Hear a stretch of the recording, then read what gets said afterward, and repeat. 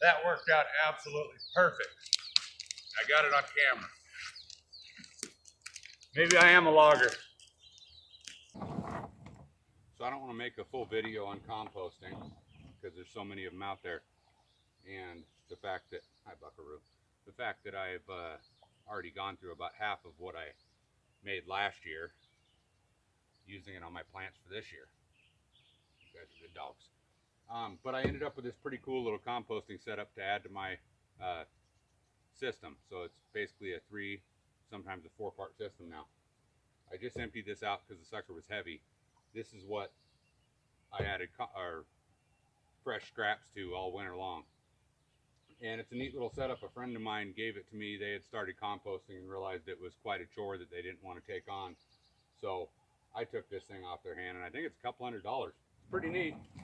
You add your compost through this trap door here. This here's stuff that I've been gathering for the past couple of weeks.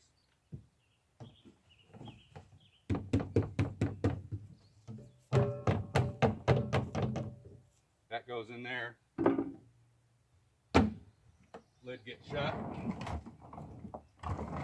Gets tumbled a couple of times. But the best part about this system, get this off here while it's not all that heavy. You stay. Is got a couple of holes in the bottom of the base here and a spout, and this collects all the compost tea.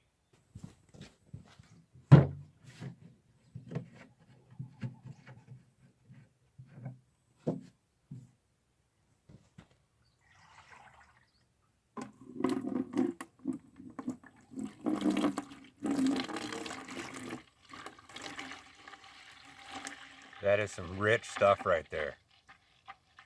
That's why I have to dilute it. I'd probably kill the plant that I put it on if I didn't add water.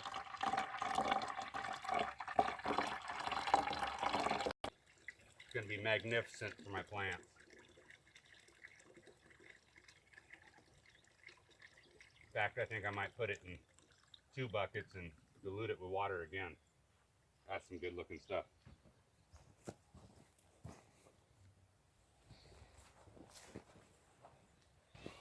Look at that. Liquid gold. Heck, maybe I am going to make a full composting video. This stuff is so rich that I'm going to go ahead and do 4 buckets worth.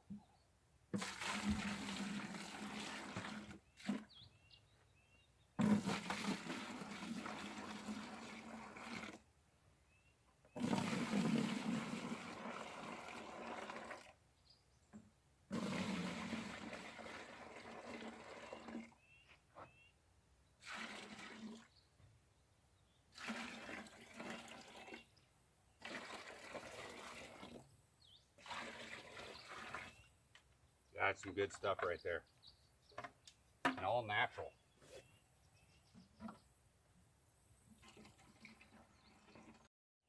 This is by far the best year I've had for compost tea. I probably got it diluted 1 to 20, and I'm diluting it again. This watering can has 50% water in it. This stuff is so rich. But plants are going to love it. Going to hit the tomatoes and the cucumbers. Hit the onions, and I'm probably going to store this stuff for the next 2 months. Every now and again hit this stuff with a little bit of this super duper concentrate.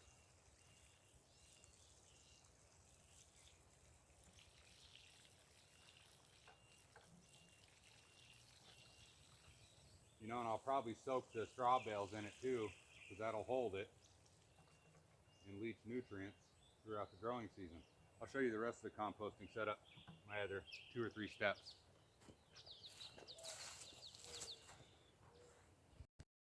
This is how I make my own compost tea when I'm out of that super duper concentrate. Nothing more than a heavy duty mesh game bag for like an elk quarter. And I fill it full of this year's ready to use compost, soak it in water like a tea bag, 2 or 3 days out in the sun, and this stuff's ready to use. And I don't have to dilute it. Perfect. Put it directly on the plants. Now this year's compost that's ready to use ends up being about a 2-year process to get it to where this is. This stuff's been overwintering in this aerated box here. It does have a lid on it with a couple of small holes on top to let a little bit of moisture in. But this stuff is phenomenal and full of nutrients. I hope you can see that. Now this gets mixed with about 50% of the cheapest store-bought soil I can get, and then that gets added to my plants. Now from that tumbling bin that I showed you earlier, that goes into this rolling bin. I'll show you how it rolls here in a minute. This has probably got a year on it so far before that stuff was added. Now this guy's done. This guy's going to cook for the entire summer. I don't want any more moisture getting in this thing, so what I'm going to do is I'm going to secure the lid tight, push this thing onto its side, and then I roll it throughout the land for the next 4 months. Then it gets set out onto a tarp to dry, and then it goes into this guy for winter. This is my overflow storage for manure. It's all dried out. That's going to get added to this as well before winter, mixed in good, and then I'll be able to use this next summer.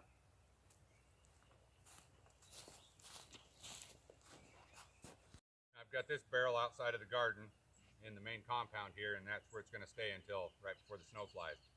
And every other day, I kick this thing a couple of full turns. I've got aeration holes on the side, not to let any water in, but to let some air out, let it dry out a bit. But this stuff's going to sit out in the beating sun for the next 4 months and do its thing. Then I'll move it to that drying container over there, and we'll use it again next year. Show you what this looks like.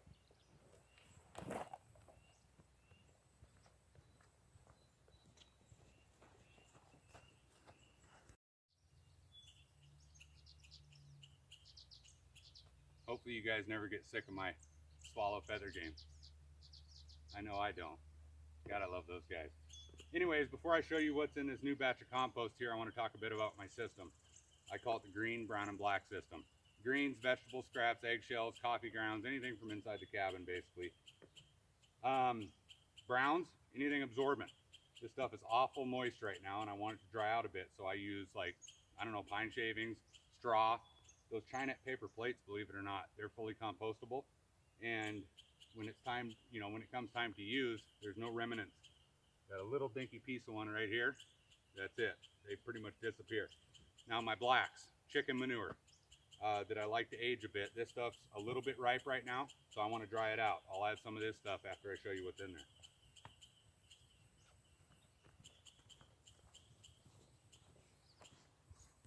This is what this year's batch looks like. See if I can, a little clumpy, pretty moist. Want to dry that out a bit. Super good looking though. So I'm going to add these pine shavings, and then I'll roll this bucket a few more times and do that throughout the summer. I'll have next year's compost. Thanks for coming along.